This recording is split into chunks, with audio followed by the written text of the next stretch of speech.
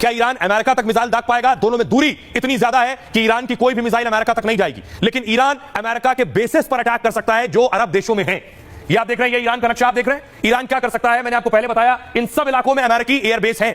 Iran missile दाग सकता है तुर्की में अमेरिका के बेस पर, ईरान हमला कर सकता है इराक में जो अमेरिका का बेस है, सीरिया में जो अमेरिका का बेस है वहां अटैक कर सकता है, कुवैत में जो अमेरिकी बेस है वहां हमला कर सकता है, सऊदी अरब में 3000 सैनिक हैं अमेरिका के, वहां अटैक कर सकता है ईरान, बहरीन में अमेरिका के 12 बेस है, 3700 सैनिक हैं, यहां अटैक कर सकता है ईरान, कतर में 13000 सैनिक हैं, ओमान में 6 बेस है, 600 सैनिक हैं, ओमान में अटैक हो सकता है, यूएई में अटैक हो सकता है। फुल स्क्रीन लीजिए जरा इसे और देखिए ईरान क्या कर सकता है अमेरिका का। बिना अमेरिका तक मिसाइल दागे ईरान इन जगहों पर हमला कर सकता है और अमेरिका को नुकसान पहुंचा सकता है। इसलिए अमेरिका भी यह कह रहा है कि यह गुस्ताखी मत करना, और ईरान भी यह कह रहा है कि तुम जंग में शामिल मत होना वरना हम जवाब दे सकते हैं। आइए आपको सुनवाता हूं, सुनिए जरा क्या कुछ कह रहे हैं ईरान के विदेश मंत्री।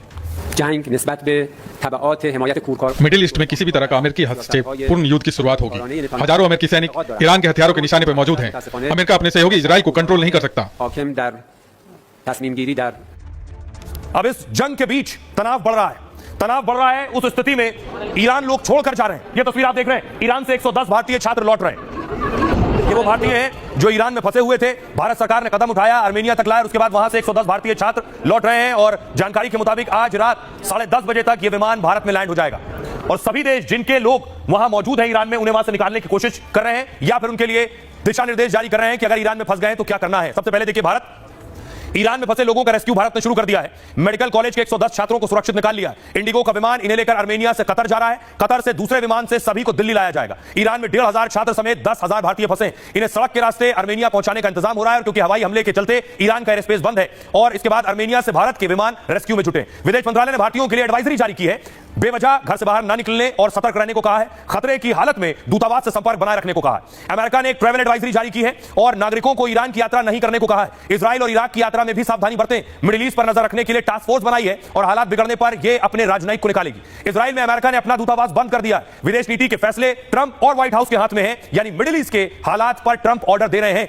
अभी तक पाकिस्तान खुलकर ईरान का साथ दे रहा था, पाक के मंत्री और सांसद तक उसके पक्ष में बयान दे रहे थे, लेकिन अचानक ईरान में अपना दूतावास खाली करवा लिया ईरान से और पाकिस्तान ने अपने राजनयिक तेहरान से वापस बुला लिए और कह रहा है कि सुरक्षा को देखते हुए यह फैसला लिया है। बड़ी संख्या में पाकिस्तान के छात्र भी ईरान छोड़ रहे हैं। अब तक करीब 500 लोग वापस पाकिस्तान आ चुके हैं।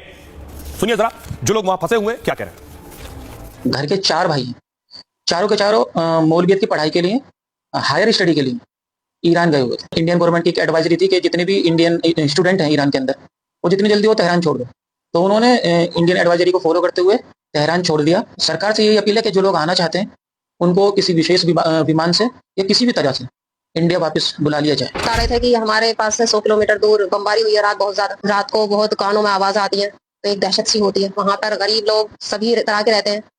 अगर भारत सरकार अपना खर्चा देकर उन्हें बुला ले तो बेहतर है। बमबारी कर रहा है इजराइल बराबर। भारत सरकार से यही चाहते हैं हम कि भारत सरकार बच्चों को बुला दे, हमारे को अपने वतन में रहना चाहते हैं। अगर जंग बंद हो गई तो फिर चले जाएंगे वो। और आइए आपको बताऊं, ईरान लोग खाली कर रहे हैं क्योंकि लोगों को लग रहा है कि ईरान और इजराइल के बीच अमेरिका की एंट्री हुई तो फिर वहां के से निकलने के हालात नहीं होंगे। अमेरिका का टारगेट क्या खमनेई है? क्या अमेरिका चाहता है या तो खमनेई का खात्मा या फिर तख्ता पलट हो जाए? अगली तस्वीर में आपको दिखाऊं, बताया गया कि खमनेई का जहां घर है उनके बंकर के पास इजराइल ने हमला किया। ये जो आपको धुआं नजर आ रहा है, बताया जा रहा है यहीं आसपास खमनेई का बंकर है और वहां तक अब अटैक हो गया। तेहरान में लाविजान है और उस लाविजान पर अटैक हुआ है जहां खमनेई का बंकर बताया जाता है, क्योंकि अमेरिका को यह लग रहा है कि अगर उन्होंने खमनेई को मार दिया तो फिर यह जंग रुक जाएगी और सीज फायर हो जाएगा। इसलिए उनके बंकर तक अटैक कर दिया गया है। इजराइल अब खमनेई के खात्मे का प्लान बना रहा है और कहा यह जा रहा है कि खमनेई को खुफिया बंकर में छिपाया गया है। खुफिया बंकर भी तेहरान शहर के आसपास ही है। ट्रंप नेतन्याहू तेहरान को खाली करने की चेतावनी दे चुके हैं। दावा यह भी है कि अमेरिकी B-52 बॉम्बर सक्रिय हो रहे हैं। यह बंकर को उड़ाने वाला घातक अमेरिकी लड़ाकू विमान B-52 बॉम्बर से खमनेई पर अटैक हो सकता है, क्योंकि बंकर इनका भी उतना ही नीचे अंदर है जैसे परमाणु अंदर। खुफिया बंकर ही खमनेई के खात्मे की तैयारी हो सकती है। इसी में ट्रंप खुद कह चुके हैं कि उन्हें खमनेई की लोकेशन पता है और ईरान के एयरस्पेस पर अमेरिका का अब खुला कब्जा है, यानी खमनेई पर हमला किसी भी वक्त किया जा सकता है। ट्रंप ने इस धमकी के साथ ही बिना शर्त सरेंडर की मांग की, इसलिए माना जा रहा है सरेंडर नहीं हुआ तो खमनेई पर अटैक होगा। खुद नेतन्याहू खमनेई की हत्या को लेकर इंटरव्यू में बयान दिया। उन्होंने कहा अगर खमनेई को निशाना बनाया जाता है तो इससे ईरान के साथ युद्ध बढ़ेगा नहीं बल्कि खत्म हो जाएगा, यह अमेरिका कह रहा है। सुनिए जरा ईरान की आर्मी क्या कुछ कह रही है। हमने अब तक जो ऑपरेशन किए हैं वो सिर्फ अपने बचाव और इजराइल की चेतावनी देने के लिए किए हैं, लेकिन जल्दी हम इजराइल को कड़ा सबक सिखाएंगे। इसलिए तेल अवीव और जाफरा के लोगों को हम चेतावनी दे रहे हैं कि वो इलाका खाली कर दूर चले जाएं। नेतन्याहू की जानवरों जैसी इच्छा के शिकार न बने। और ईरान का डर देखिए, ईरान का डर इस कदर है, कल मैंने आपको बताया था फोन रखने पर सेना को मना कर दिया है। और डर यह है कि जिन लोगों के फोन में व्हाट्सएप है उनसे कहा गया है अपने अपने व्हाट्सएप डिलीट कर दें, अनइंस्टॉल कर दें। अब व्हाट्सएप से भी ईरान को किस चीज का डर लग रहा है? ईरान इजराइल के बीच जंग के बीच ईरानी सरकार ने आदेश अपने नागरिकों को दिया है कि व्हाट्सएप टेलीग्राम का इस्तेमाल ना करें। ईरान के सरकारी न्यूज चैनल ने लोगों से अपील की है कि नागरिक अपने फोन से व्हाट्सएप हटा दें। ईरान ने व्हाट्सएप पर जासूसी करने का आरोप लगाया। ऐप के जरिए लोगों की जानकारी हासिल की जा रही है। ईरानी मीडिया का दावा है कि ऐप से लोकेशन ट्रैक की जा रही है। इजराइल को इन्हीं ऐप से सैन्य कमांडरों की लोकेशन मिली। व्हाट्सएप ईरान के लोगों की जानकारी इजराइल को दे रहा है। ईरान के आरोपों को व्हाट्सएप ने पूरी तरह खारिज कर दिया। व्हाट्सएप ने कहा यह हमारी सेवा को रोकने का बहाना हो सकता है। व्हाट्सएप लोकेशन को ट्रैक नहीं करता है। कौन किसको मैसेज भेज रहा है हम इसका रिकॉर्ड नहीं रखते हैं। हम लोगों के पर्सनल मैसेज भी ट्रैक नहीं करते हैं। हम किसी भी सरकार को जानकारी नहीं देते हैं। ईरान पहले भी व्हाट्सएप पर बैन लगा चुका है। 2022 में महसा अमीनी की मौत के बाद ईरान में प्रदर्शन हो रहे थे, तब ईरान की सरकार ने व्हाट्सएप और गूगल प्ले पर बैन लगा दिया था। 2024 में सरकार ने व्हाट्सएप से बैन हटा दिया था। आइए अब आपको दिखाऊं कि एक तरफ यह बैन, दूसरी तरफ क्या अगर खमनेई नहीं मारे गए तो अमेरिका और इजराइल की दूसरी कोशिश क्या है? खमनेई का तख्ता पलट। ईरान के जो पूर्व राजा थे, उनके जो बेटे हैं प्रिंस, उन्हें आप देख रहे हैं, इनका नाम है prince Reza Pahlavi. Reza Pahlavi को स्थापित करना ईरान में, यानी खमनेई का तख्ता पलट करना और इनको ईरान में लेकर आना और एक लोकतांत्रिक सरकार बनाना। ये कौन है? अगली तस्वीर में आपको दिखाऊं। नेतन्याहू के साथ आप देख रहे हैं रजा पहलवी को, यानी ये इजराइल के करीबी हैं, ये अमेरिका के करीबी हैं रजा पहलवी। ये तस्वीर आप नेतन्याहू के साथ उनकी देख रहे हैं, जो बताता है कि अगर इनकी वापसी ईरान में होती है, अभी ये ईरान में नहीं है, अगर इनकी वापसी ईरान में होती है तो क्या ईरान के लोग ऐसी स्थिति में जब जंग का आलम है और उनके सुप्रीम लीडर निशाने पर है, इन्हें स्वीकार करेंगे?